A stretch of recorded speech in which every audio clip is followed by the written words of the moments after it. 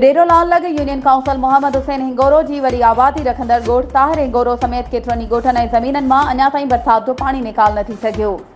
रहवासियुनि ख़ुदाबख़्श साहिबाल, सजाद अली हिंगोरो, नथू कोहली, हीरू कोहली ऐं ॿियनि चूंडियल नुमाइंदनि ऐं ज़िले इंतज़ामिया मटियारी ख़िलाफ़ एहतिजाजी मुज़ाहिरो कंदे मीडिया ॾोधाईंदे ॿुधायो आहे त बरसाति खे बीठे 5 महीना गुज़री चुका आहिनि, पर अञा ताईं सियासी रंजिश जे करे संदनि ॻोठनि खे नज़रअंदाज़ कयो वियो आहे।